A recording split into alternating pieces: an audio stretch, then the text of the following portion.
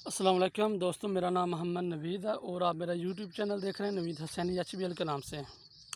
जैसा कि कल के लेक्चर में मैंने आपको बताया था फ्यूचर इंडेफिनिट टेंस के बारे में, उसकी डेफिनेशन के बारे में बताया था। उसमें हेल्पिंग वर्ब जो यूज़ होते हैं वो बताया था, वर्ब की फॉर्म और साथ उसके सेंटेंसेस बताए थे मैंने आपको को उनको सिंपल कैसे बनाना है, नेगेटिव और इंटरोगेटिव, और अगर इकट्ठे आ जाए नेगेटिव और इंटरोगेटिव वो कैसे ट्रांसलेशन करेंगे। तो इंशाल्लाह ताला कल के लेक्चर की आपको समझ आ गई होगी। तो आज इंशाल्लाह शुरू करेंगे हम फ्यूचर कंटिन्यू टेंसेस के।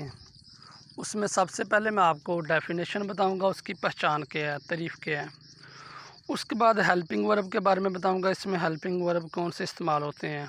और उसके बाद वर्ब के बारे में बताऊंगा कि वर्ब की कौन सी फॉर्म इस्तेमाल होती है। और बाद में हम चलेंगे उसका एक सेंटेंसेस लेंगे, उसको सिंपल ट्रांसलेशन करेंगे, फिर नेगेटिव और बाद में इंटरोगेटिव, और एंड पे इकट्ठा हम करेंगे नेगेटिव और इंटरोगेटिव। तो इसकी डेफिनेशन ये होगी कि ऐसे सेंटेंसेस या ऐसे जुमले जिनके लास्ट पे रहा होगा, रहे होंगे, रही होंगी वगैरह वगैरह, ये इसकी डेफिनेशन होगी।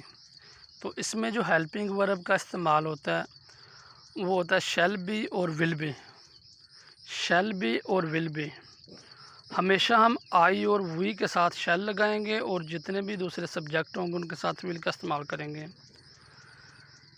मेरे दोस्त की मुझे बात याद आ गई ये टेंसेस करवाते हुए कि अक्सर जब वो मेरा क्लास फेलो भी था, अक्सर जब वो बात करता था वो सिंपल इसको ये समझाने की बात करता था कि पंजाबी में कहता रहा आई वी नाल शैल लगदा, बाकी सारे नाल विल लगदा, और जिथे आए ज़रूरी काम उत्थे शैल लगदा। तो ये बात है कि जहाँ पे कोई इम्पोर्टेंट काम हो तो वहाँ पे भी शैल का हम इस्तेमाल करेंगे, यानी कि शैल भी। तो इसमें जो वर्ब की फॉर्म इस्तेमाल होगी, वर्ब की इसमें पहली फॉर्म के साथ ING का इजाफ़ा होगा, यानी कि वर्ब की जो पहली फॉर्म है उसके साथ हम ING का इजाफ़ा करेंगे। एक आपको सेंटेंसेस बना के बताता हूँ, तो उसमें आपको वाज़ेह सारी मुकम्मल समझ आ जाएगी। जैसा कि तुम मेरा इंतज़ार कर रहे होगे, तुम मेरा इंतज़ार कर रहे होगे।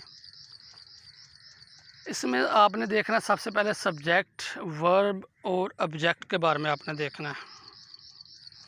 यानी कि तुम ये सब्जेक्ट होगा, मेरा ये आ जाएगा, इसमें ऑब्जेक्ट आ जाएगा, और इंतज़ार ये आ जाएगा, आपका वर्ब आ जाएगा, काम।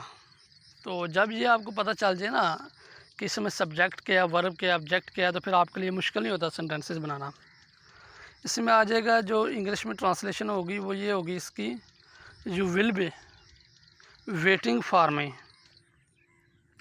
और अगर हमने इसको नेगेटिव बनाना है तो ये आ जाएगा, तुम मेरा इंतज़ार नहीं कर रहे होगे, you will be not waiting for me.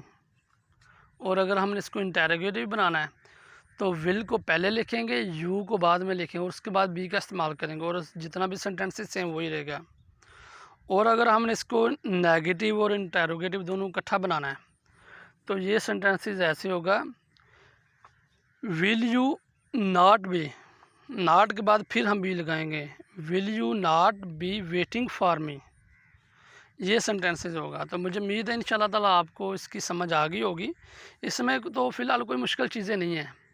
इसमें ये होता है कि आपको इसकी पहचान का पता चल जाए, इसमें सब्जेक्ट क्या, ऑब्जेक्ट क्या, वर्ब क्या, सेंटेंसेस कोई मुश्किल नहीं होते। लेकिन ये कि जिस इंसान के लिए यानी कि फ़र्स्ट ये चीज़ें हो ना, उसके लिए ज़रा थोड़ा सा मुश्किल होता है। तो मुझे उम्मीद है इंशाल्लाह ताला आपको समझ आ गई होगी। और जितने भी मेरे व्यूवर हैं कोशिश कीजिएगा कि मेरे चैनल को सब्सक्राइब करें और लाइक करें, और जिसकी चीज़ की समझ ना आए वो कमेंट सेक्शन में लाजमी अपनी राय का इज़हार कीजिएगा। तो आज के लिए ओके, अल्लाह हाफ़िज़। इंशाल्लाह ताला कल की वीडियो में फिर हाज़िर होऊंगा। ओके, अल्लाह हाफ़िज़।